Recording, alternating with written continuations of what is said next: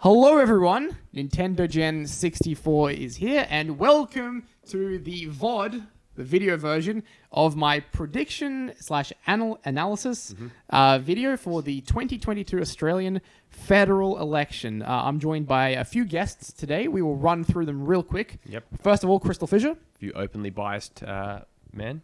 Yes, that's right. Crystal Fisher, Greens Labour supporter. Thank you. We also have Liam TBH. Hello to all my fans in the chat. Great to be here with you, everyone. Yep, another Greens Labour supporter.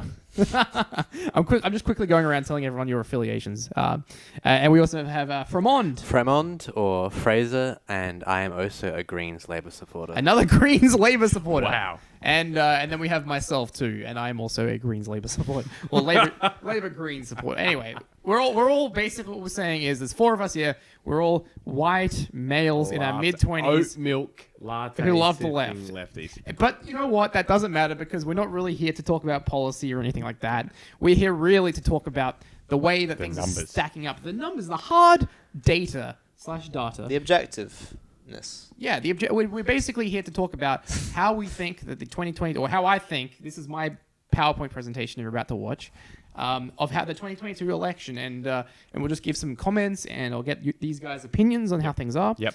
But yeah, let's jump right into the PowerPoint. We'll talk about the current state of play in the House of Representatives. So roll to that one. You might have to get rid of your audio on this, Liam, because I think you're doubling up on that one too, are you? Nope. Nope, we're good. Okay, so let us jump back to the year 2019, and we'll get the quick results, the quick state of play from 2019. So this is the way things were at the end of the 2019 federal election.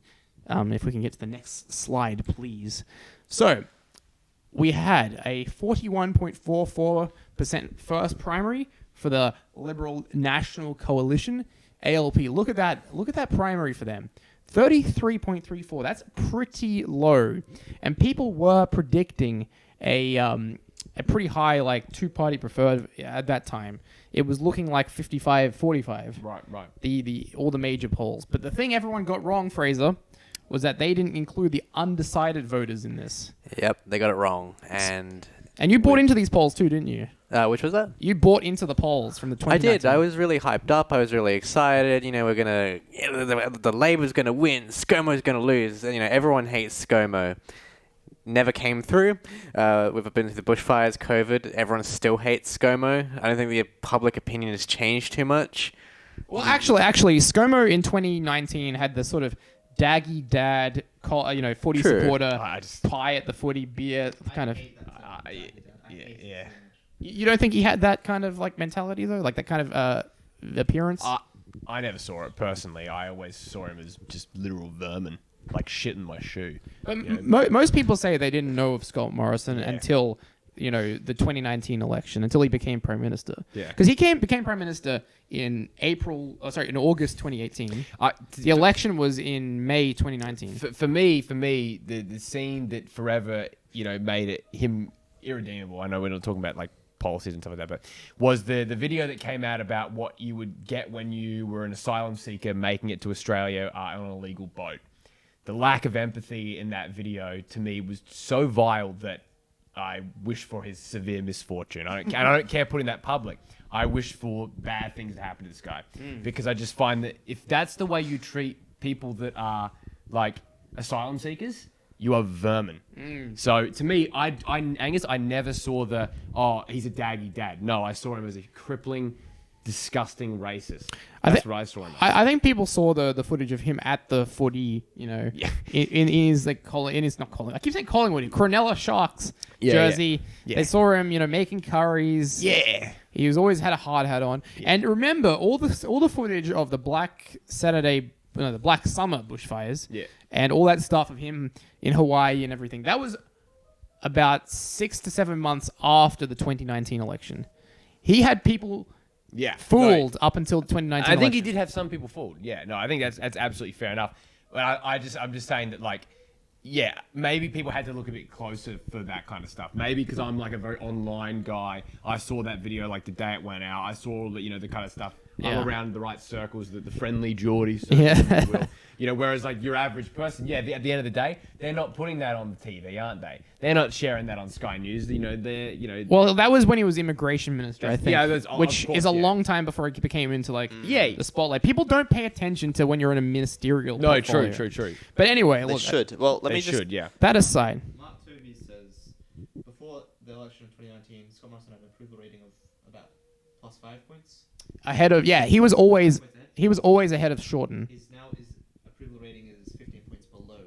Okay. Below That's Albanese. Interesting. Well, Let's go. we'll continue with the PowerPoint. Let's go to the next slide because this is just a recap, a snapshot of the results at the last election.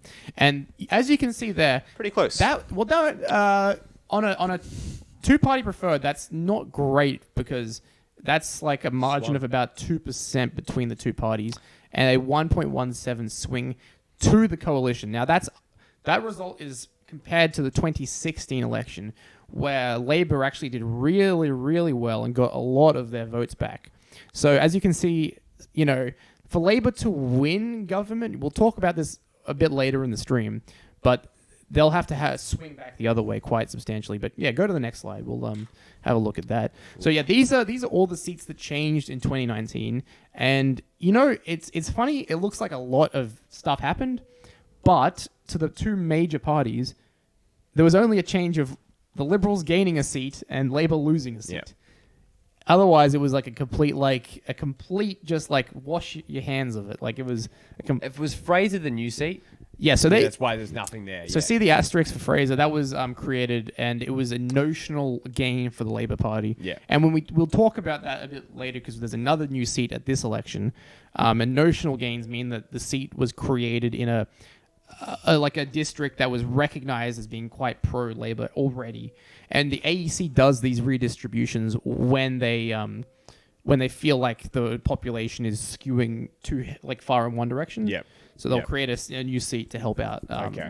a party, just so that there's always a roughly 50-50 split. Yeah. Do you want to talk about who the independents were quickly? Yeah, the independent gain was Warringah was gained by Zali Stegel. Look at That was 18.3%. yeah, that was Jeez. against Tony Abbott, and that Yeah, was they hated that guy. that was huge. That's I think that was the biggest swing of the entire election there. The other one, Wentworth, was Karen Phelps, who won it at the 2018 by-election against Malcolm Turnbull when he resigned. She was an independent. She won.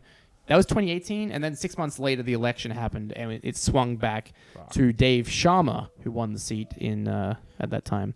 Now, I think that 16.4% swing back, I think I might have screwed up there, because I think that's versus Labour. I don't know if that's Liberal versus Independent, because Right. the margin right now, I think, is 1.3%, so I think I might have screwed up there. But the seats of interest here, and I stuffed up again, Braddon should be Tasmania, not ACT. Apologies for that.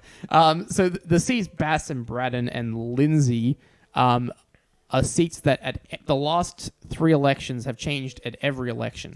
And you can see Back and forth. they're all Labor seats that went to the Liberal Party with pretty big swings. If you consider the national swing at the time was 1.7%, you got 5.8 in Bass, 4.8 in Braddon, and then 6.2 in Lindsay.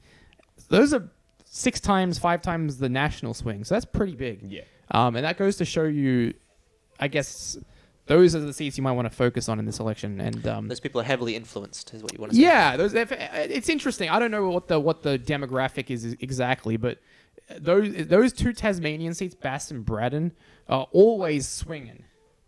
Well, that's obviously a good sign for this upcoming, right? Yeah, If you yeah. Look at it. They were Labor. Now they're Liberal. Now let's go back. Big swinging That'll be electorates. And also this election too, Herbert and Longman as well in Queensland swung to the LNP.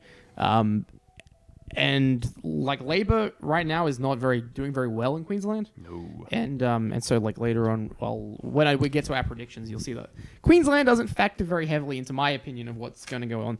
I'm not even focusing on Queensland, even though most of the pundits are suggesting Queensland is one to watch. I don't really consider Queensland. I don't think it's a state. I don't think Queensland is in play in this election. Yeah, which is in acceptance. Because it's Yeah, or you're almost a bit like Fraser in that you almost don't want to get your hopes up. You're like, let's not even acknowledge it because I don't even want to pretend like they're going to factor in, to get some Labor seats. Yeah, that's right. Because why not? Yeah, no, that's pretty much how I feel about that. I think, I feel like Queensland. I don't know. What do you think about Queensland, Fraser? As a lifelong South Australian, what do you think? What's your view on? There's a Queensland? lot of memes about Queensland every election about how much they vote for Liberals, or One Nation and all that kind of. So it's like I don't know. I can't actually. No, didn't they win? Did Labor win the state election? Do you think the state election plays any kind of influence on the main elections? I do not. I think that even though they're very popular here's an example. From 1998 to 2007, Labor was in government in Queensland. They were in government for a bit longer than that, but they were in government that entire period. Also during that period, John Howard was Prime Minister. Ooh. And, we'll go back to the graph there, the spreadsheet, whatever, the PowerPoint. Longman, right?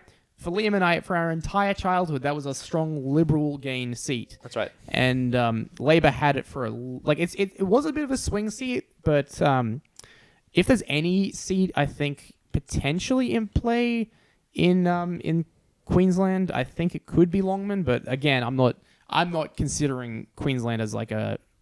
It's best to write off Queensland from my point of view because there's a lot more space Labor can gain seats. Can I just read out some of the chat that Yes, please read the And chat while- out. Do that, I'm gonna fix my audio quickly. Your audio? What's wrong with your audio? Let me just fix it quickly. He's fixing his audio. Alright, quick fix. Okay. He's fixing So Bubble. Mark Tobies brings up the performances by Albanese and ScoMo. They're on the same perceived performance levels, but he says that performance is always skewed negative for the opposition and positive for the incumbent. Christian says hello from the Kongo's election desk. we don't have a desk, unfortunately. Dean says politics licks my balls. Nice. Still quiet. Okay, I fixed it. And then Mark Tobies points out there's a lot of population growth in Longman.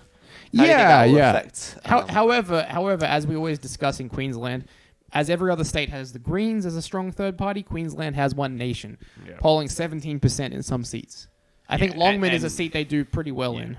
And this One Nation party is like you actually don't even have equivalents of these parties like in America and stuff like that. Like you don't there isn't there's whatever your opinion is on like the Republican Party in the US, it's like One Nation is just cooked. Like we just have to say that we have to almost give it like a One Nation disclaimer. This party is just fucked. Yeah, One Nation is a deeply racist party. Yeah, like and not casually, not like just a little bit, but yeah, horrendous. And that's why Queensland, like what Fraser says about the reputation of Queensland. Queensland's reputation is just dire because of that, because of the 17-20% votes. It's Yeah. just live ridiculous. reaction? It's bad. Yeah, I mean, you'll see in as we come up to some of the seats of interest. I put the Queensland seats in there as well, just because we're talking about marginal seats soon. Shall we have a look? You'll see. Yeah, let's have a look. You'll see some of these seats. House changes. Yeah, this is just real quick. Just some like, what do they call it? Like house cleaning stuff here. So yeah, Hughes is basically a UAP gain because Craig Kelly goes to Palmer. Craig Kelly defected to Palmer. Hawke is a new seat, which is going to be notionally Labor. So I'm feeling Labor's going to pick that one up. And then Stirling in West Australia is being abolished at this They election. blew it up. Yeah, they had to eat Lib seat gone. a lib seat gone. So Libs will actually start They with start with a deficit. a deficit. Libs actually Actually, they start start with two deficit because it's a Deficit Palmer. deadlift. no, I count that as a notionally Liberal seat. It's going to actually. go back anyway. So I don't count that as a loss, Oh. actually, even though UAP technically have it. I don't think UAP is going to hold it at this election. That's again Craig Kelly's seat. That's Craig Kelly's seat. Yeah, I think he's done. I think Another he nothing. committed. He's a guy who was like a nothing guy in the Liberal Party who defected to UAP, who is basically just wanted to get some notoriety, and now he's done. Fraser, do you have Yeah, anything that's the about? first time I heard of him was in Leeds. Do you have anything to say about Palmer, Fraser? Fraser, Palmer, what do you think? Oh, sorry. I was... I'm United Party. Palmer United Party. I've seen a couple of ads for them. Maybe Only a too couple? many. Every time you watch a fucking YouTube video, you'll get bombarded by Clive Palmer ads. The problem with Clive Palmer and the United Palmer Party this election is they're just cruising off COVID lockdown rules. I don't know what the attitude is at the moment. Everyone's kind of still a bit pissed off, a bit like, let it rip. We're done with COVID. Let's move on. But we don't really have any lockdowns anymore, so they're kind of cruising off nothing and still being like, they're going to lock us down, they're going to make us use vaccines. But they're not really doing that anymore, so what have they got? It's gone. It's gone. I died. Fraser, where'd you go? No, I'm alive. There we go. We got Fraser back.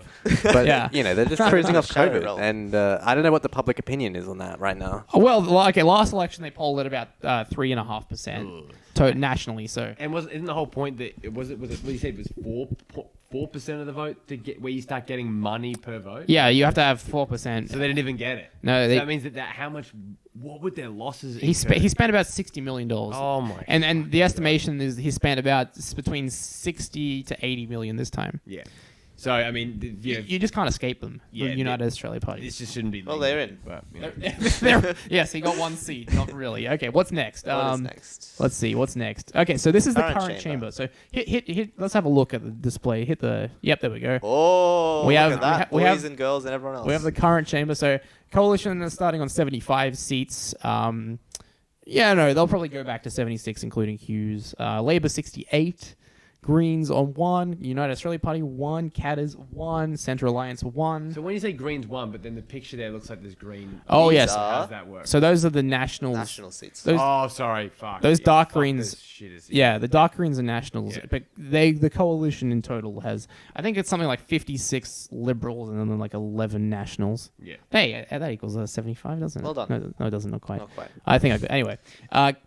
Can anyone 4 name? and 11. Can anyone? This is a fun game. Can anyone name to me, not including Rebecca Sharkey, who's a Centre Alliance, who are the 3 independents currently in Parliament? Does anyone know their names and what seats they hold? This is an incredibly difficult question. Stengel.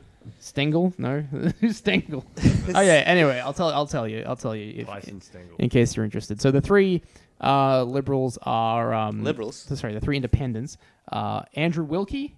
Wilkie, in yeah. Clark, Zali Stegel No, in Stegel. yes, Stegel, in sorry. Warringah, and Helen Haynes in Indi Helen Haynes. are the 3 independents.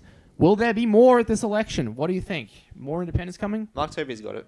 Well done. Points to Mark Toby. He got it. He did get Nick it. Xenophon is not in.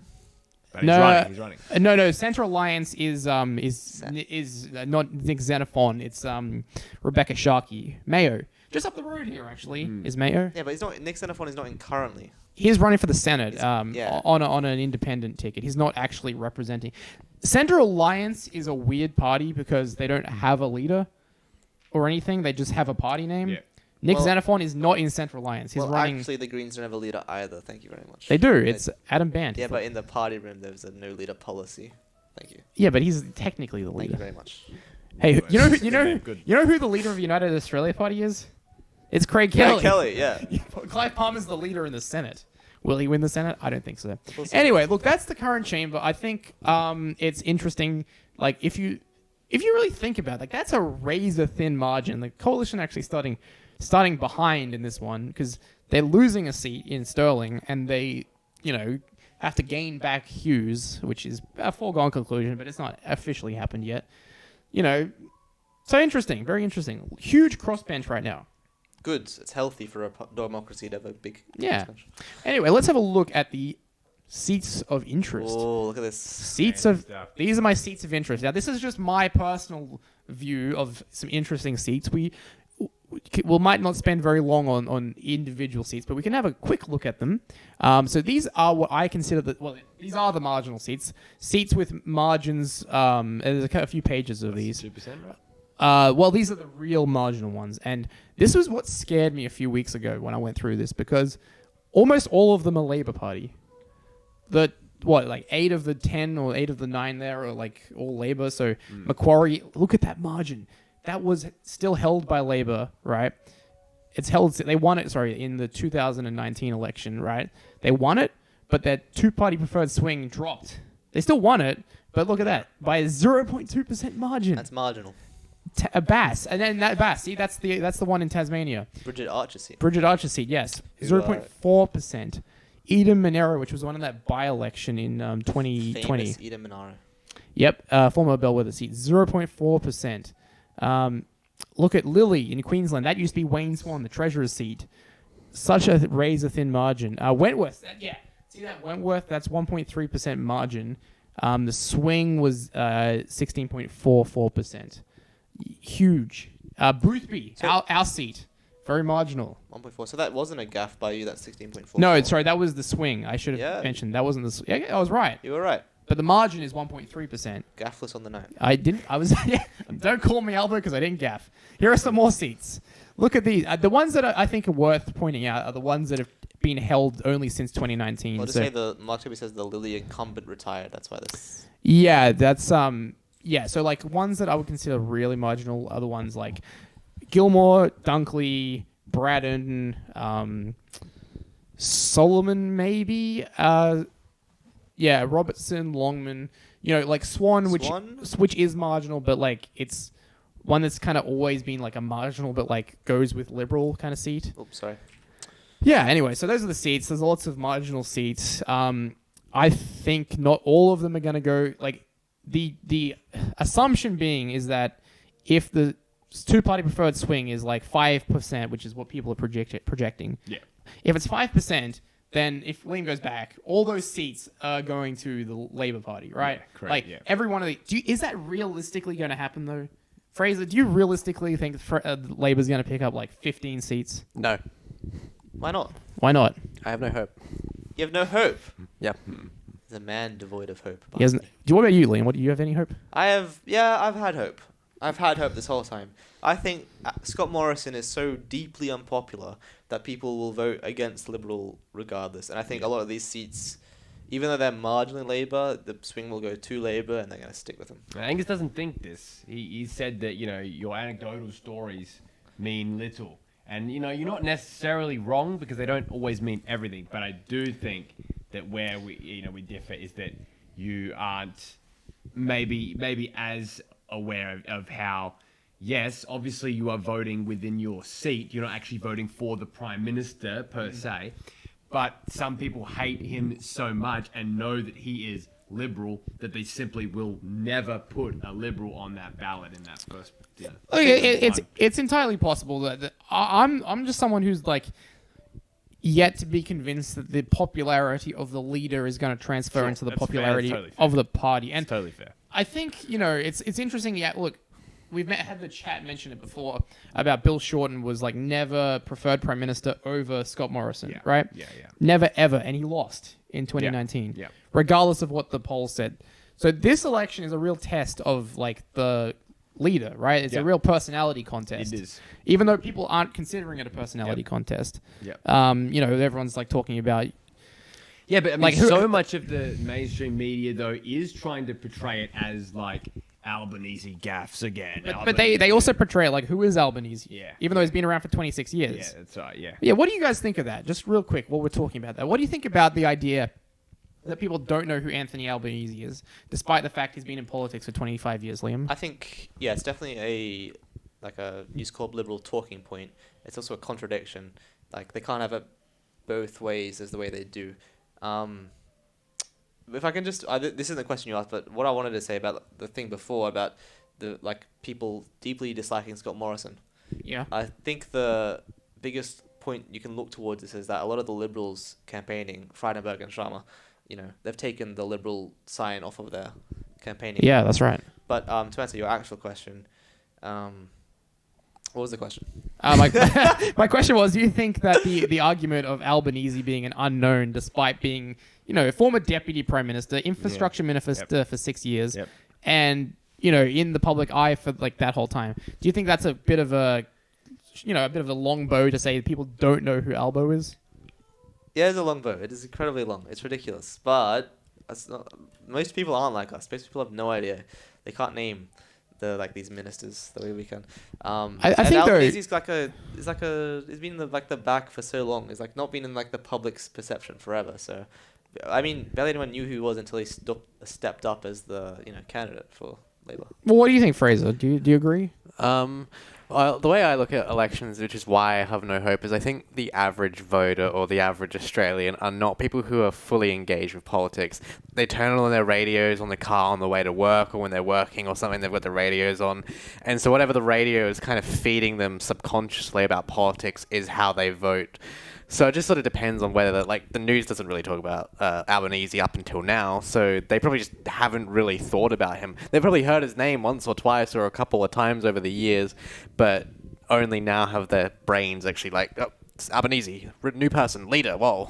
Yeah, no, that's a good point. I think for me, I've been switched on for years and years. So I was a big Albo fan when he was infrastructure minister. Yeah. I remember him advocating, for the bullet train all those years ago. Oh, a man, If only. key to my heart. If have- only. we But could have had it all. look, interesting. We will see if it will be a contest of personalities, contest of parties. Look, I'm sure you want to be wrong. I want to be wrong, but I don't see a 5% swing happening. I just don't. I'm like one of those people who vividly remember 2007, right? I remember there was a distinct feeling of its time, which people don't know what that refers to. I'll just give you a quick history lesson. In 1972, when Gough Whitlam was running up against Billy McMahon, whatever he was running a big policy, a big campaign, I should say, of its time, as in the current government has been in for 20 years. Yeah. It's time to go with a new one. It's time for Labor. And that really was quite a, there's a big song, a very famous song that they wrote for the campaign. And everyone, when they say is there an it's time feeling, meaning has the current government been in long enough that people are like, it's time to vote them out. And So you think that even 9 years is not its time yet? It depends. It took Hawke Keating 13 years to get to its time. Yeah. And Howard 11 years. You know? Morrison has sort of speed run to the bottom now, hasn't he? Yeah, but I mean, Rudd was a very charismatic guy. He was. People loved He was. Kevin Rudd. In 2013, you knew the writing was on the wall for Labor with the whole infighting and then the immigration refugee thing, and the debt and deficit and all that stuff. So is there that feeling of its time in 2022? Do you guys think there is? I just want to quickly poll the room. See, I was young when Kevin Rudd got in, but I remember it. I remember the energy. I remember being in my dad's car going to the supermarket when we heard on the radio that Labor had won and they'd done pretty well. And there was this feeling... Wait, what time of night was this? I don't remember. I just remember... what time of night are you going to the supermarket? I remember it being pretty late. It was nighttime, but I just remember when it was pretty much clear, and I remember there was this feeling of just that it's time thing makes a lot of sense to me. Yeah. Even as a 10-year-old kid, it made sense. I see VGR says, do you think Sturt will fall to Labor? No, I do not think Sturt will fall to Labor. I think there's only one seat in play in South Australia, unfortunately. I wish I was wrong, but I feel like there's... Boothby is My seat. our seat. Not Our mine. seat. I think Boothby is in play, but yeah, I mean that's a big question. It's time. I don't know. Let's look. We'll put that pin in that one. Let's quickly go through my Angus's marginal seats of the week. It's a segment we will do one time and never come back to. All right. Here's a Macquarie held by Susan Templeman on a very slender margin of 0.19%. As you can see, two-party preferred at the last... two-party preferred, 50.19. She came second in the primary vote, too. Do you see that? I do. 38.27. Very, very small. See that huge swing to Palmer? Huge swing. Well, that's because the Palmer swings are skewed in 2019 because he didn't run in 2016. Oh. He ran 2013, did not run anything in 2016, and then ran again in 2019. Yeah, I don't know. I think Susan Templeman will retain probably if there's any swing towards Labor, she will keep her seat. Next is Bass. Now this one is Good riddance. one, and Bridget Archer held since 2019. Bass up in the northeast of Tasmania. I don't think that's. I think it's Davenport is in Bass. I think. That's a very slender majority too. Interestingly, this seat has Liberals and Nationals both contesting it, Yeah. which is one of the very, very few seats in the entire country where that's the case. Launceston isn't, boss. Launceston isn't. Yeah, is it? Okay, it might be. Yeah. I don't know. My Tasmanian geography is not great. Anyway, I think Labor has a very good chance of winning this one. That's a very small margin, 0.4%. Greens do pretty well in this seat. I think, with United Australia Party not like, they're not announcing preferences. They're not doing it they're doing a blank how to vote card. I think there's a very good chance that Labor will pick up more votes this time, even regardless of the national consensus. So I think Bass is pretty much guaranteed to go Labor, I'm feeling. Eden Monaro. This was a by-election recently where Labor retained former very bellwether seat, which bellwether means goes with the party that wins government. That was kind of broken in 2010, where it went. 2016. It was broken when 2013. It was broken when it went with Mike Kelly back to Labor. Sorry. Greens do pretty well. This is only a three-party race. Really, there's others in there, but we don't. Who cares? Anyway, so Labor do pretty well, I think. I think they'll retain it. I think so. Chisholm. This is one I want to talk about. So Chisholm, I feel, is going to go back to. I think it's going to go to Labor this one. I'd predict Labor because of Gladys Liu's unpopularity. Yeah, I think Chisholm is very one to watch. I think it's in play 100%. She won it at the last election. I'm fairly sure that in this Friendly Geordies video, I'm pretty sure that he drunkenly got a cameo from the Nostalgia Critic to talk about Gladys Liu. That's how I know her. So yeah, they sent like a cameo request from the Nostalgia Critic. Oh yeah, no, I saw that actually. Yeah, I So saw that. Mark Toby says Chisholm has been redistributed and her majority is now 0.2. 0.2, yeah, I did know about that actually. Yeah, that's a redistribution that will very heavily favor Labor. Yeah. Good. And I think she's done. What's that? Western Australia. Should keep an eye on Western Australia seats as well. Here. I yes and no. I think there's a seat in play in Western Australia. Only one. I think there's only one. Yes, I'll talk. You'll see these in a sec. All right, we'll talk about this. I'm a very conservative pundit here. I've heard people say if Labor don't win West Australia, they're done. I've heard them say if they don't win Queensland, they're done. I think Labor has several paths to victory, and I don't think any of them require big gains in Labor in Queensland or West Australia. Anyway, Cowan is a Labor-held seat. Not much to say really. I think Anne Alley will keep her seat.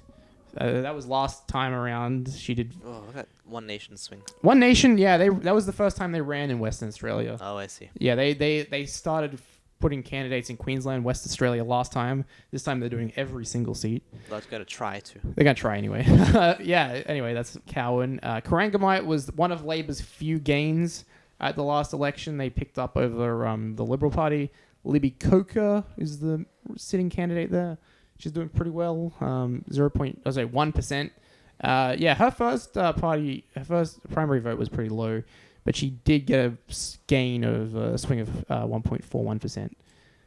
Blair. Oh, yeah, Blair. Yeah, this one's one of those Queensland seats that Labor must... I think this isn't a question of Labor gaining seats. This is a question of Labor keeping seats. And in Queensland, they have to keep Blair. They can't lose. They can't afford to lose this seat. Newman, spelt like that. Is he Jewish? I don't know. You might be. Yeah. I don't think that Queensland, they can't afford to lose this seat. Look at that swing against them. Yeah. Who picked up the votes there? That was distributed Spelling of Newman. between One Nation, others, Greens, and Palmer. Wow, they just... Yeah. Yeah. Well, if they swing, they do another negative 10% swing, they might lose it. Yeah, that's the thing. That's insane. That was a follow through on the whole Adani thing. Even though look where that is though. That's in the Darling Downs area. That's sort of still southeast. Southeast. Adani. Luckily, German and Yiddish. Thank you. Just very important nationality stuff for Shane Newman. Crystal Fisher getting us the important information. Yeah. This is what matters, folks. Adani's not in play this time. No, and I don't think. I think. Yes, interesting. We'll talk. Queensland is interesting. Yeah, but just quickly as well, just go back for 1 sec. Look at the One Nation vote. Yeah. 16,000. 16.8%. Huge. Like double of the Greens. Yep. It's just astounding. And I think there'll be a swing towards them again this time. I think they'll go up to 17% this time. No. You don't think so? Well, I just don't- I don't want to think so. I think the Liberal vote will go to the One Nation, I think. Oh, Jeez, okay, okay. that's fine. All right, our seat of Boothby. Boothby. My girl. Now, Shit, I now don't like this girl. Boothby, the swing on the night, this was way more like in play, but it ended up being a 1.4 percent swing. Sorry, a 3.5%. Yeah, no, Liberals gained this time. Yeah, they did. There was like a Centre Alliance ran in 2016. So there's sort of swings that are back. It's not truly representative of how well each party did. But Centre Alliance didn't run in 2019, so the swing sort of normalized. That's why Liberal got back to 45%. That's a pretty good primary, actually. It's very high for Liberals. 45.19%. For any party, actually. That's like, it's not bad. It's not bad at all. Which is interesting that like the preference flow from the others must have been pretty high to Labour. But yeah, Labour, you definitely want a swing towards them of about 2%, maybe a bit more. It's doable. I think it's doable. I think it's in play. Nicole Flint is unpopular. She is retiring. There is a very high-profile Labour candidate running, Louise Miller-Frost, former Salvation Army CEO. Oh, that's where she's from. Yeah. Yeah. And also, what was it? You said the last time that Boothby was Labor was it? You said 1949. 1949. This So is, I haven't always been in Boothby as high much, but yeah, this would be huge if this could go to Labor. I think that'd be internally hoping for a victory here. Yeah. It's one of the longest Liberal seats, wouldn't it be? yeah, and there's Joe Dyer is in here as well. Joe Dyer. Yes, I was about to bring her up. A Liberal, one of those Climate 200 independents also running here. I wonder how they'll go. I'm curious to see how the Greens vote might be split by them, actually. Mark Tibby says Joe Dyer is getting 5% polling. 5%? Yeah, maybe she will split the Green vote. I could see that happening. I think the Greens stick. I think the independents come from Liberal. I think that's how it goes. Yeah? You think that the Joe Dyer will eat up some of the Liberal vote? I do think so. Bring their primary down to 40% maybe? That's what you want. Speaking of Indy. Indi. I love Indi. Another seat where it's Nationals running against Liberal. This was picked up in 2019 by Helen Haynes. Now, this was actually... It's funny with Indi because there was another independent... what was her name? I forget her name. Kathy McGowan. That was her name. Kathy McGowan. She picked it up in 2013. She beat Sophie Mirabella to win the seat. And then she retired in 2019 and sort of endorsed Helen Haynes, who won it. Love Helen Haynes. She's the one with the federal ICAC bill. Yeah, the anti-corruption. The anti-corruption bill. And all those other independents support it as well, which is kind of cool. I'd and love to see Helen Haynes get back in. I'd love to see her get back in. I think she will. Hope so. She's got like Greens and Labour running below her in that seat. And she's got the Lib and Nat split. Yeah, so the Nats would go to the Liberal Party. Greens and Labour would probably go to her. So I think... And look, they had a very popular independent member in there until 2019. She retired. Helen Haynes only saw a 1.06 swing against her, which isn't bad. That's not bad. Yeah, I'm thinking she'll do pretty well this time around. Dobell, Labour seat. I think they'll keep it. Emma McBride won it in that 2016 election. I think she'll do well again this time. Not much to say. Morton, just I put these ones on there because I'm saying Queensland has to keep these, but also worth noting that Graham Perrett won this one in the Rudd slide of 2007. But look at that One Nation vote. That's pretty low in this seat. That's That is very low. That's interesting, and that's one of those like Morton's a very like it's close to Brisbane, one of those inner city seats. It's not in Moreton Bay for some reason. It's like in like Annerley and Cannon Hill and Mount Gravatt and those seats. Right. But yeah, look at that One Nation. That goes to show, and people talk about this in Queensland, the north-south divide. Talk about metropolitan like divide as well. Like these inner metropolitan seats do better for Greens. Look at that Greens. They're running at 16% there, right? That's huge. That's like almost Melbourne, like Port Melbourne and like those kind of seats. Like that's really high for Greens. Mm-hmm. But yeah, so that'll help them. Gilmore, they picked this up. Labour, one of the few Labour pickups in 2019 on the south coast of New South Wales. I think they'll do well again this time. We're sort of reaching like the seats of like, Even though it's interesting, even though there was a swing of 1% to the government in 2019, this went 2.6% to Labor. Why did Liberals get 16% against? What happened there? Yeah, that's interesting. I wonder if that's where like The Nationals picked up 12%. Nationals, maybe they ran there for the first time. There might have been some kind of like Yeah. factional divide or something in Gilmore. Three-way race. Three-way race. Four-way race, really. Put the Greens in. 10%'s a lot. Yeah. Dunkley. Donkey. This one's near sort of Port Phillip. No, Port. Is it Port Arthur Bay? Yeah, it's Port Arthur Bay, isn't it? Or Port Phillip Bay. I think so, yeah. I always forget which one. Yeah, I think this was another pickup for the Labor Party in 2019. I expect them to hold it again this time. Dunkley is not really in play, in my opinion. I think it's just worth pointing out. Greenway, she's held this since 2010. Michelle Rowland. No sign of going anywhere? I don't think she's going anywhere. Yeah. No, we're getting further. We're just getting safer and safer. Yeah, we're getting safer and safer. There's a few. Griffith. I just put this in there because it's Now, this is the one that I thought may become Greens. And I was arguing with Mark Tobies about Griffith. Because the Greens candidate, look at this, 23.65%. huge. That's a real three-way contest there. And he's very... Great to see that One Nation very at popular. 2.12% as well. That's See, good stuff. this is interesting, isn't it? Because Liam and I grew up in southeast Queensland, so we didn't really experience the huge One Nation kind of vibe in the community. But yeah, No. Griffith is a good Labor's hold. Greens vote is still lower than Brisbane and Ryan. This seat should be safe for Labor, just looking at the Greens vote. It should be safe. The Greens vote should definitely prop them up. 85% preferences. Now, Hunter, I would just like to point out Hunter, a marginal seat on 3%. Labor had a swing against them of 14.2%. Now, this is probably due to like the whole... Look at that. This is probably due to like lots of things to do with like One Nation running for the first time in that seat, and it's also rural... New South Wales. Now, at this election, Joel Fitzgibbon is retiring after 26 years as the local member. I'm curious to see what happens here because this has been held by Labor for a very long time. I think since like pre-World War II. But look at the One Nation and National vote in this seat. And look how poorly Greens do. This might go to Nationals. This might go to the National Party. I'm not sure. That'd be a disaster. I haven't... The Nationals do not need another seat. Yeah, I haven't included it on my predictions, but by the way, that seat, see that like seat sort of down to the left, bordering on it, that's New England, I'm pretty sure. So it's very close to Bunby Joyce territory. How this has been held by Labor for so long, I have no idea. It's Joel Fitzgibbon, I guess. Joel Fitzgibbon's retiring at this election. So yeah, that's just what I'm saying. Braddon. Now you don't think Braddon's going Labor, do you? I can't remember what I predicted. You said it wasn't going Labor. I don't think so. They had a very popular independent running here last time, which kind of cannibalized that Labor vote, which could explain why they didn't win. I think they're going to pick it up this time.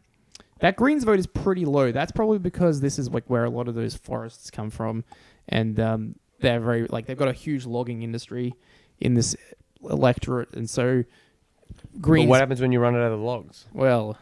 Oh, they're not thinking about that. Plant some more trees, damn it. Yeah. Plant some more trees. Morrison promised how many trees? Do you remember? A lot more than Labor. That's You know what? And Mr. Beast promised 1 tree per sub. Did he get and I think they did create, clone he built 50 million trees or whatever, which equates to, which is then runs out and is irrelevant within 10 seconds or something. Oh, because the amount of trees that you need to actually the whole CO2 argument. But anyway, point is, Braddon, fuck off. We're on to Solomon. Solomon, yeah. Look, Solomon, I think, is... Country Liberal Party vote does not really exist at the moment. They don't even have parliamentary status as a party, so... The Country Liberals. Yeah. I don't Liberals. I don't think that... What the hell is the... Wait, sorry. I'm actually learning about this. What is Country Liberal? What is that? Well, for those... Yellow. Yes, they're the coalition party in the Northern Territory. Oh. They're like the country party, the old country party and the Liberal Party combined. No way. They are part of the coalition. Yeah. However, since they have no seats in any house except for Northern Territory, they have lost their parliamentary status. Which means they don't get much funding or anything. Wow. They're a disgrace. Okay. Anyway, yeah, Northern Territory has only 2 seats, Solomon and Lingiari. I think they'll both probably stay. Oh yeah, now go to Perth quickly. Now look, anyone saying, Labor's going to pick up all these seats in West Australia, they already have Perth. That's like the big inner city metropolis seat. You know? Yeah. They have Perth already. They're not even first party, but they've got it. They got Perth. Who All cares? that 20% Greens vote in Perth. Yeah, that's like Subiaco and the 19. Golden Triangle. Andrew and I are big fans of this seat. And Reid.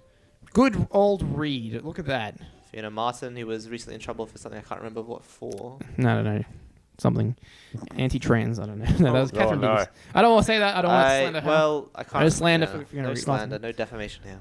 Anyway, look, Reid, I think, is a definitely doable seat. I think it's definitely possible Labour could pick up Reid. Nothing changed in Reid. Everyone voted the same. Yeah. Reid is like, No but she swing- won. But look, she won though. No swing voters. She got a 4.8 now a 0.48 primary vote swing against her. Right. Right. Labour gained votes on their primary vote, but they lost the seat anyway. Not many changes. Then. Yeah, very small changes.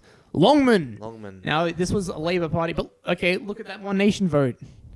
Again, that's another one of those seats out of the outskirts of Brisbane.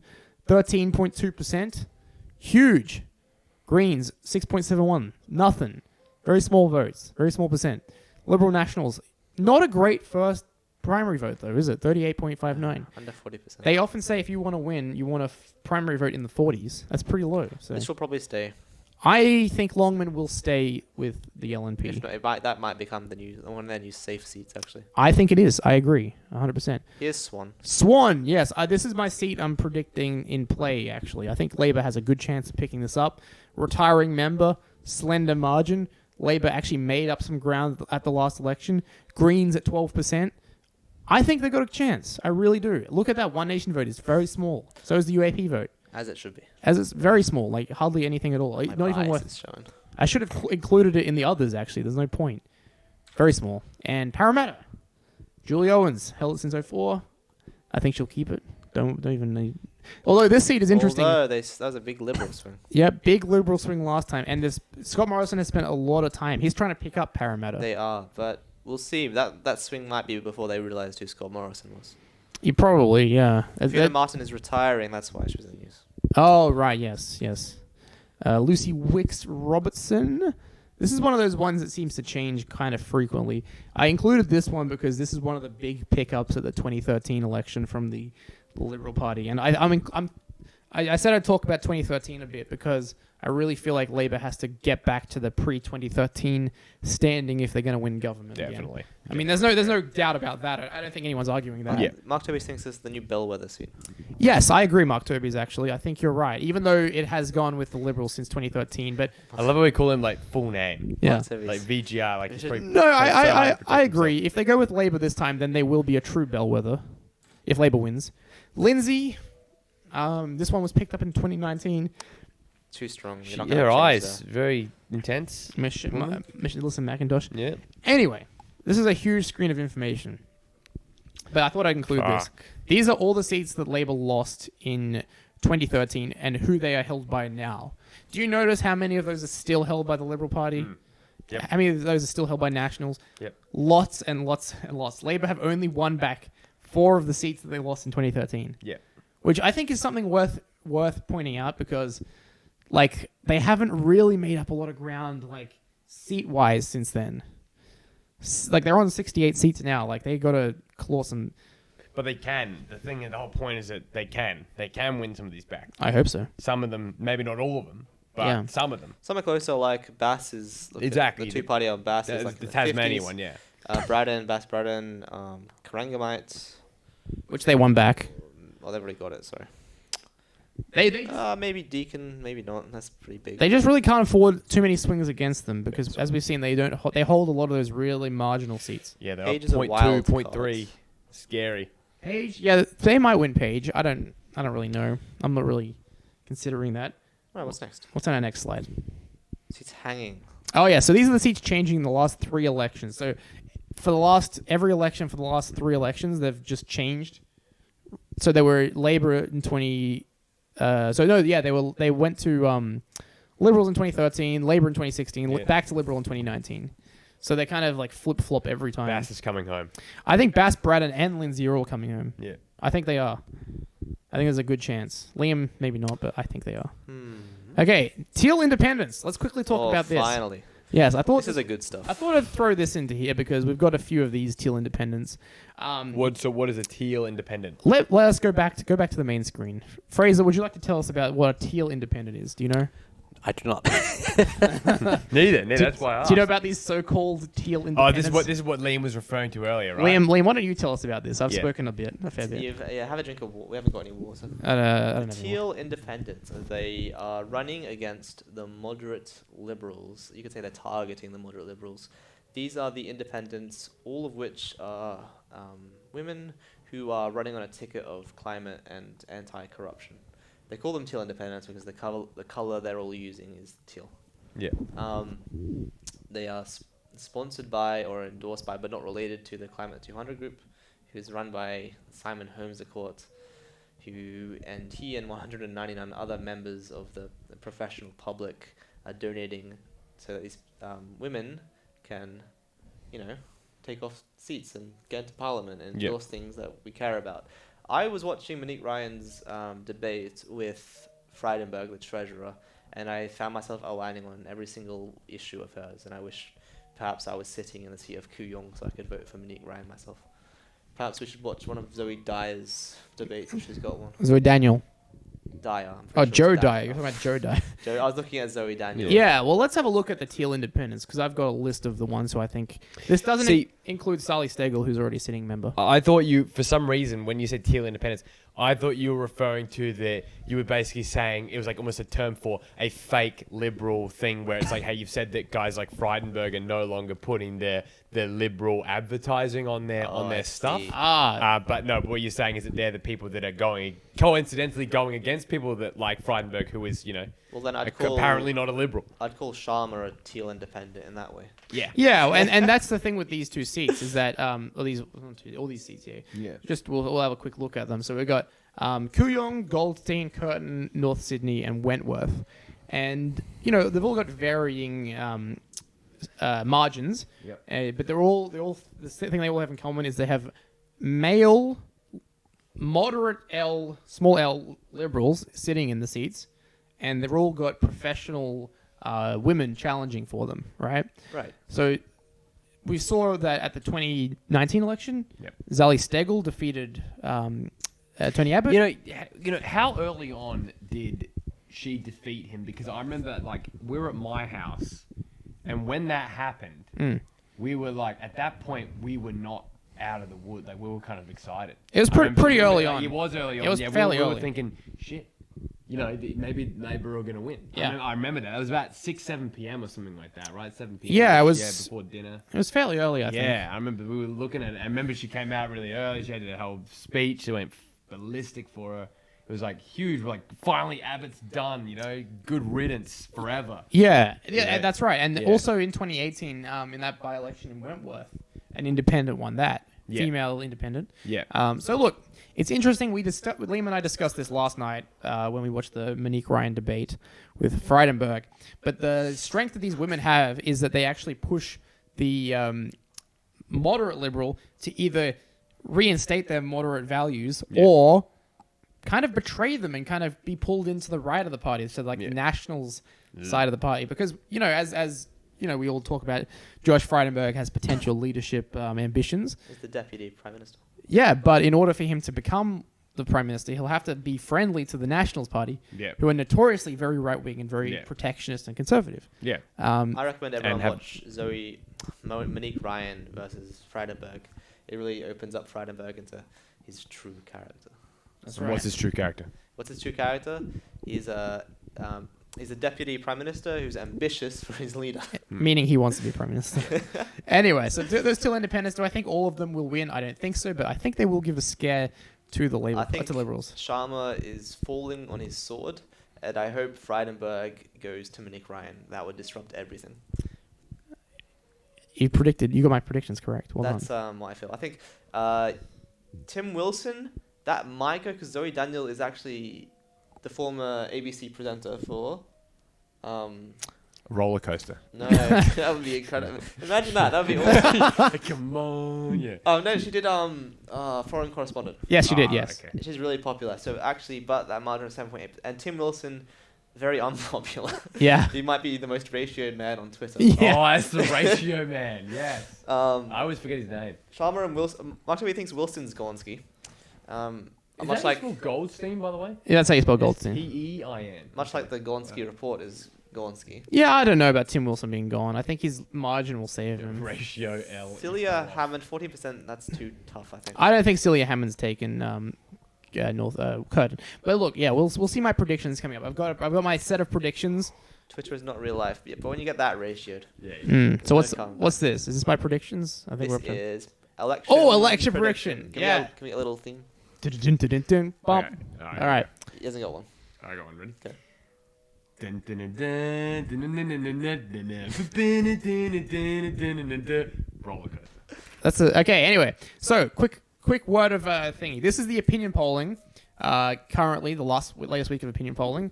I've got the 3 main opinion polls here, and then I've just kind of taken an average of them. So look, they're all like pretty high on Labor. 53, 40, 54, 55. That would be insane. That would be landslide like territory right there. That would be like 07, Look, 2013 If landslide. that's what the swing's looking like, and it's 4 in the morning, San Francisco time. Well, I'll be over in the States while the election's on, putting my vote in this week. Permission to call me, wake me up and tell me, Andrew, for fuck's sake, we got a 5% swing. That's call up, Yeah. wake up in the middle of the night tier stuff. Yeah. That'd be huge. I just want to ask Fraser, a man who's been constantly scorned and burned, do you think we're going to have a 5.5% swing? Do you think we're going to have a swing to Labor with the number 5 in front of it? Look, I think if Labor wins, it's still going to be incredibly close. That's my fear. So you think Can you give us a number, Fraser? give me a number right now on the spot. I'm very good at maths. I feel like in terms of seats, it's going to be one of those things that's almost too close to call early, where we're going to have one of those elections that stays there all night, Be a kind late of being night. like, oh, it's so close, we can't really call the election yet. I think Fraser, do you think Mark Toby's prediction of 2.5 to 3% swing to Labour is accurate? Yeah, it's not too inaccurate. I agree. I agree. Yeah, I can see that. Yeah. I think it'll be like a 2.5% swing. And I think Look, you take that. that would be 2.5% swing to Labor would be within the margin of error, which is about 3%. So 3% anytime margin you of see like a opinion poll, what they don't tell you is it could be plus 3% or minus 3%. Imagine an 8%. You telling swing. me Labour's going to win on an 8.5% Wow. This swing? just That- in. that- Political analyst Angus Dacey says an 8% swing. I didn't say it. Yeah. Hold on, what's King Europe saying? Fisher will be the live American correspondent getting the reaction on the American results. You know what? That would be perfect. Go out on the thing, a guy in the The middle of the strip. night in freaking San Francisco with Al and Yoga Yeah. and stuff like that. And just go up to the local homeless man, in San Francisco. Did you know that Scott Morrison lost the election? You go, who the fuck is Scott Morrison? What's an election? Oh, shit. Anyway, yeah, look, I think like 2.5%, 3%, 4%. Yeah, I don't think 5%. I don't think Albert's got that kind of cut through appeal. Anyway, these are seats, okay, if the 5.5% margin is correct, these are all seats that are on a margin of less than 5.5%. So these seats would all go to Labour, hypothetically. According to, if the news poll or Ipsos poll are correct, all these seats are going to Labor. But this is wrong because... I don't think it's going to be 5.5%. Also because that's saying every single seat will go 5.5% swing to Labour. That's right. That's if it's a national swing of That's- 5.5%, yeah, so it's- which it won't be at all. Yeah, it's a bit more nuanced than that. But anyway, look, I thought I'd just show all these seats just quickly. Lots in Queensland. Now, the reason that this is important is because you have to consider how many seats Labor needs to take to win government. And on these numbers, if you take out all the Queensland seats, there are still enough seats. That's Which is the 1, important thing. 2, 3, 4. Yep. 4. There's more on the next slide too. Oh, we've got other slides. Oh, no, we don't. That's all No, the we don't. slides. Okay. Seat, Anyway, here's the prediction. This is my prediction. Oh, good. We got to my prediction. Okay, all right. So this is not really a prediction. The first two, or the first three. Hawke definitely Labor gain, The new seat, right? new seat. Hughes is definitely going back to Liberals. Dawson, which is George Christensen, is taken. He's One Nation now. He's going to the third seat in the Senate. Yeah, in the One Nation. he's retiring He's done. anyway. I don't know. That's notional Liberal gain anyway. The whatever. member for Manila goes off to Manila. So I think these are the seats that I think are going to Labor. Bass, Braddon, Boothby, Chisholm, Reid, Swan, and Lindsay. And Robertson. Huh? And Robertson. Did I say Robertson? Robertson. I think independents are going to gain Wentworth and Kooyong. That's my hot take of the election. Is that Kooyong? Say it to the camera. You heard it here first. My hot take: Josh Frydenberg is going to lose Kooyong. I think it's happening. You better believe The it. live Fraser reaction. You better believe it. I mean, yeah. Yeah. Frydenberg is like a top 5 liberal fuck. You know, I hate him. So Yeah. like, it would be fantastic if he gets toppled by a woman, no less. A grey woman. Yeah. Well, Nick Ryan. this is what we were saying before. Frydenberg is like next up. If Liberals lose the election, Morrison resigns. I think that's a given. Yeah, I Then think so. Frydenberg steps up as the leader of the Liberal Party. Now, if Frydenberg loses his seat, that puts Yeah. Dutton as the leader of the Liberal Party. He's the heir apparent. Right? No Yeah. one likes Dutton. So Yeah, I agree. What was a historical Labor seat, VGR? I think Banks he was talking about. Banks? The seat of Banks, which Okay. I don't think... I know it's a historical Labour seat, just... there are some weird seats that I can't, like, predict. Like, this Yeah, we don't know everything. this prediction is, like, kind of like one of those... I've considered all the things. Like, I've considered the seats that always change at the last elections. I've considered the marginal seats. I've considered retiring members. Boothby being on there is a hot take, I think, but I'm confident that Boothby has... If it doesn't... Like, okay... If it ever goes Labour, now is the time. Boothby. Yeah. Oh, without a doubt. Now is the time Boothby... Yeah. All the conditions are just right that Boothby could That's right, swing. yeah, mainly because of Nicole Flynn. Yeah, leading, you I have an think, yeah. unpopular retiring member. Yeah. You have a potential Labour Party taking government at this Yeah. election. Yeah. And you have a very popular local Yeah, candidate. and you know what was the thing about where you say it's time. You know, 1949, my guys. Yeah. It's time. Fraser, it's time. Boothby. It's not time. What are you doing? How are you sitting? It's Vader time. I don't know. I can only see myself vaguely in the camera There very you go. far What It do would be away. a UAP sweep. UAP sweep. UAP Yeah. surge. I mean, they have Morbius sweep. they have a See, seat. you know what? You know, would you wouldn't call the UAP? Yeah. Oh no, fuck. I'm thinking of bloody UKIP. Oh, yeah, UKIP. Wrong country here. Jeb will win majority. Who? Jeb Bush. Oh yeah, maybe. Please clap. Oh yeah, actually, how good is it? The best meme ever is like the US map one, where it's like the blue seat's the red seat, and there's this yellow, and it's just Jeb. Oh, Jeb, completely yeah. Covered. Yeah. That one is an all. Oh, okay. All right, here we go. This is my prediction. Chamber after the election. All right. If you paid attention to those numbers, Coalition, I think, will end up on 66 seats. The Labour Party, 77 seats. Greens will keep their seat. Katter will keep his seat. Centre Alliance will keep their seat. And I think we'll have 2 more independents with a crossbench of 8.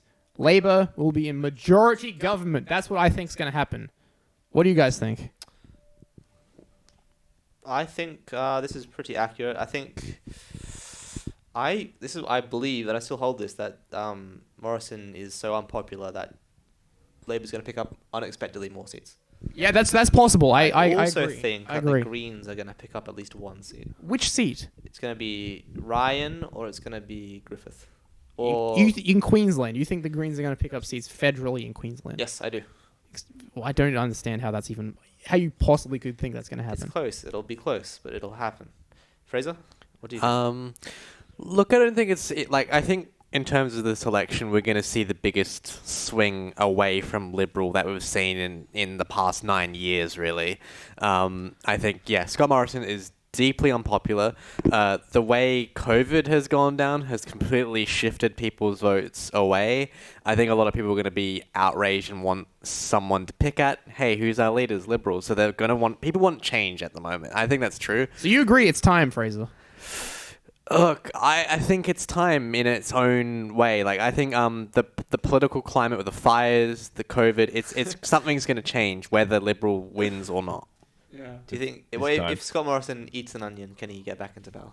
Yes, Yes. I think he can. He should have eaten an onion already. I guess the last thing I'll mention is one of our chatters who lives in Western Australia, unnamed, Okay. thinks that we're all underestimating the Western Australia vote. I said it too. I said it to Angus. He's not convinced as I am. I'm not as convinced. I remember, okay, they already have Perth. You know, the next like logical seat is Swan. That's in there. Yeah. Curtin is a pretty big margin in Curtin. I think it's like 11% or something in Curtin. It wasn't on my marginal seat list, I don't think. That's the thing with West Australia. You've got to convince a lot of people. There are a lot of those very safe, like liberal held seats in Western Australia. You know, in my memory, Brand, Swan, and Perth are like the only seats that are really like have gone and helped Labor out. Yeah. Yeah. Okay. Brand being the seat that Kim Beazley was in for many, many years. Right. Perth, which is currently held by Labor, and Swan, which I think they'll pick up at this election. But do you think that the state election result was a landslide? Anthony Green called that in like 5 minutes. Yeah, do you think but that's going to affect the federal election outcome? I spoke about this before, but there was actually a very big swing to like state Labor at a federal election pre-2019. I think it was like 20... I think we had the last election. I think was 2020, so it would have been 2016, 2017. There was a state election in Western Australia. Mark McGowan was already very popular by that point, and he got in on a big majority. Yeah. But then by 2019, like Labor thought they were going to pick up these seats in Western Australia in 2019. Yeah, it is different. But in they didn't- 2019. But what though. about It's so the- different? Porter, Corman, and Julie Bishop were one in. There were big Yeah. liberal names There's in Western Australia. Pierce, which is Christian Porter's old seat. Yeah, I mean it's possible, but like he's a retiring member. He's not running, which is good for him. That's a Liberal stronghold, though. Curtin, which is Julie Bishop's old seat. Again, I think the margin's too strong in Curtin.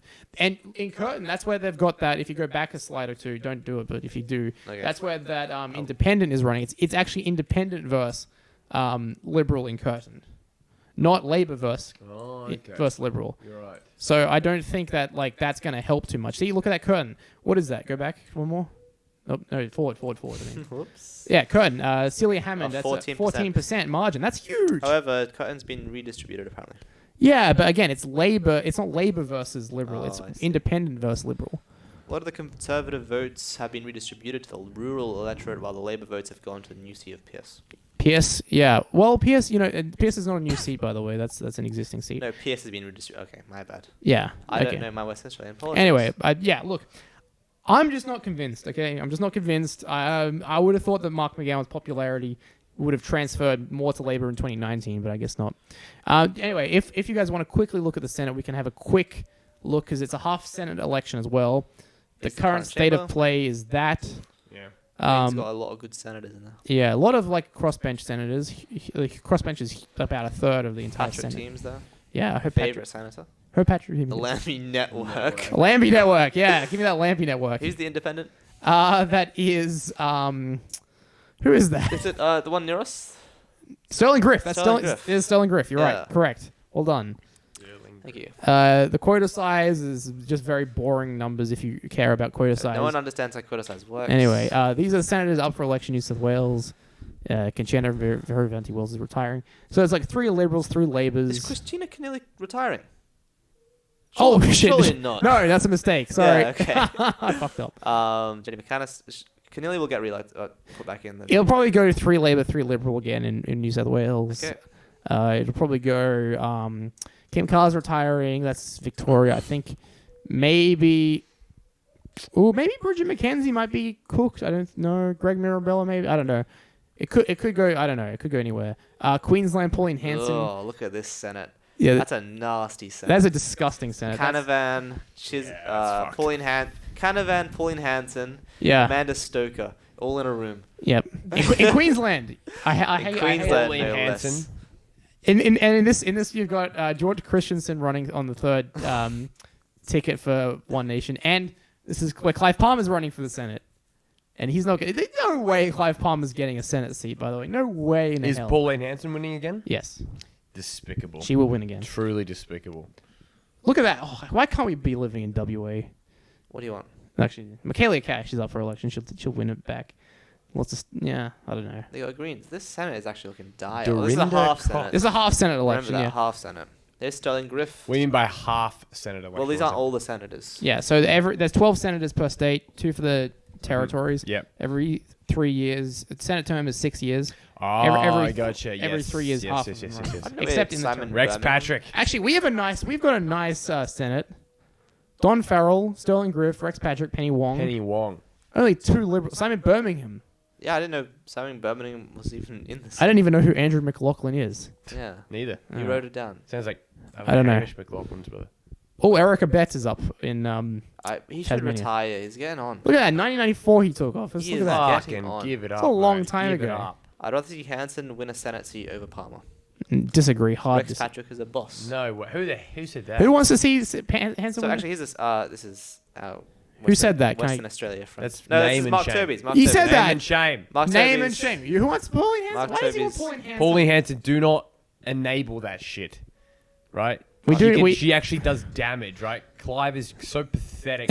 Worm oaf. Clive that he will- can't do anything. Clive will make Australia eat again. He's one of those guys who's like, we're gonna fix the debt. We're gonna give you a lot of money, and then he's gonna go to the bank and be like, can you lower the rate? And then they're gonna say no. Why? And they're Can gonna be you- like, well, okay. we tried. Why would you rather see Hanson over Palmer? We'll give you a platform. Come on, VG. Come on.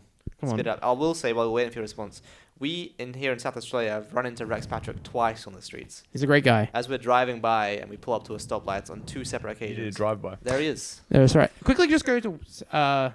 His response was, if One Nation wasn't running, those votes would be eaten up by Palmer. He's definitely worse. No. Anyway, whatever. Go back to South Australia for a sec for me. Here it is.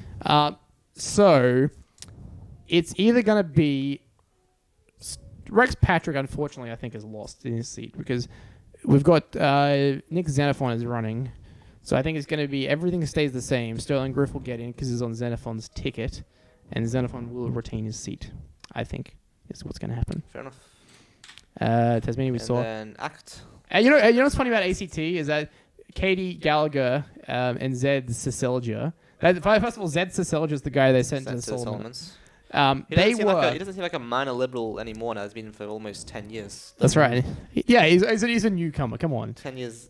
Well, He's a newbie. Anyway, they ran against each other in the 2012 ACT election. She was the chief minister. He was the opposition leader. oh, wow. And now they're both senators. Isn't that funny? Safe senators. Yeah. And Northern Always Territory. practice safe senators. Malandari McCarthy, who I What think is will that? keep her So seat. what's the Sam McMahon lost endorsement? Yeah, their country Liberal Party disendorsed her. For what? She lost pre-selection basically. Oh, okay. Yeah. So she's probably not going to get back in. Oh, that's it. That's it. Okay. That's the end of my. Thank you for watching my slideshow presentation. You got any Fraser? Fraser, any final thoughts on everything? Zed. Mike Kirby says Zed might be gone. What do you think about that? He's not going to be gone. Seeing the statistics makes me feel just a little bit more optimistic, but I am trying not to get my hopes up because if it doesn't swing one way or the other, I'm going to be a little crushed. What do you think of me predicting 77 seats for Labour? Most people have him at more than 80 seats. Do you think 77 is reasonable? I still think both are just too generous, but that's just me. 77 gives them one, like they've got majority plus one. Yeah. So they're barely governing in their own right. I think I've just been burnt out with the previous elections where I've sat in front of the TV all night watching all the streams, watching those seats go up, watching you think they're going up. Oh, no, they're not. They're just staying. When they take a seat away, it gets at you, right? It does. Yeah. It When, does. when you get one and it goes back, it's like, oh. Oh, yeah. Yes. Oh, I thought he was going to be. He doesn't think. What do you think, Liam? Do you think 77? I stand by what I first said when the election was called. I think it will be more than 77. I think it's I just believe that. I think it is time. It's time. I think it is I'm time. going to say it's time. Yeah. Andrew Collins says it's time. Why? Well, firstly, look, I simultaneously hold all views. To quote the character Hawkeye from the film Avengers. Endgame, don't do that.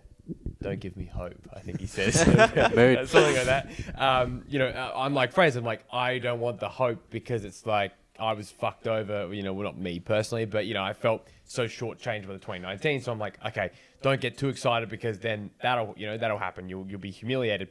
But then at the same time, as Liam says, it's like it's time. The polls are looking good. some of the stuff that have been said in the chat about, you know, redistribution and different seats and historic and the swings and the, you know, closeness makes me believe that at a core, Labor just wins. I think as a baseline, I think I'm going to have to assume that Labor just wins. And then the good news, I guess, for me would be if it could be that 2 to 3, 4% swing in Labor's direction. That'd be exciting. So But you agree with the 77 seats? yeah, I would say yes. And here's the real concerning thing, though, with everything. 77 seats gives them just enough to be majority government. Yes. They would need to do a lot better in the next term of government to win again, which is the sad reality, right? Yeah, well, true. Liam? That's the thing we were talking about today. Albanese is going to win this election and then a second one, at least, so we can get any progress in this goddamn country.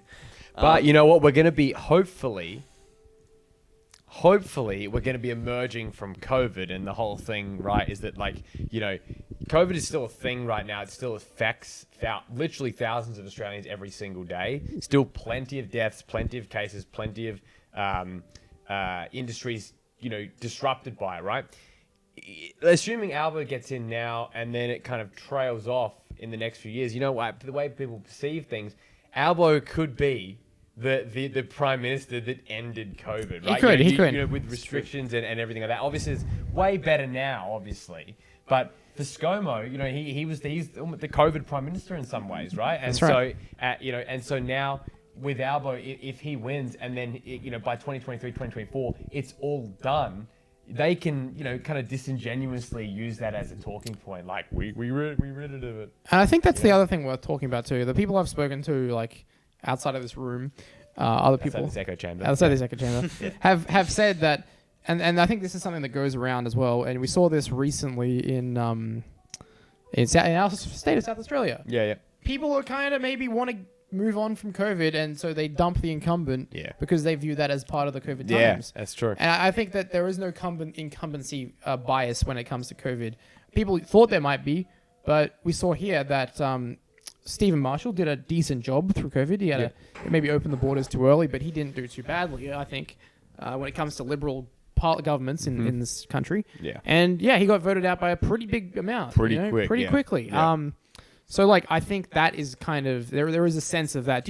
Fraser, what do you think about that? Do you think that the getting rid of the COVID prime minister, the prime minister who carried us through COVID, we want to move on, so let's start fresh, let's get a new guy in? Do you think there's anything to that? I think COVID dominates the minds of Australians more than any of the politics and the news are willing to admit right now. I think it, for example, affected the election in SA, but then Labor came in and they didn't change anything in terms of COVID restrictions, because like that's not going to happen anymore. There's going to be no more lockdowns, restrictions. It's political suicide at this point. So if, for example, Labor came in and they enacted COVID lockdowns, rules, masks, all that kind of stuff, people are going to be pissed off at Labor. But they come into the election now and continue what's going on right now. They're going to be pretty worshipped for it. Yeah, I agree with that. I agree with that too. So look, I think in summary, Yeah, it's got good time to start in an hour and a half. an hour and a half, that's a good amount. I think we'll be back here on election night. At least Fraser, Liam, and I will be. We'll have our American correspondent. Oh, American correspondent, depending if I wake up. Absolutely. And we'll have a more thorough, like we'll have my election computer set up. We'll have a look at the seats. We'll have a look at everything. We'll be here on my channel probably, or Liam's Twitch, depending on. Do you know what? That day that will be, that day will actually be that Friday that I get into San Francisco.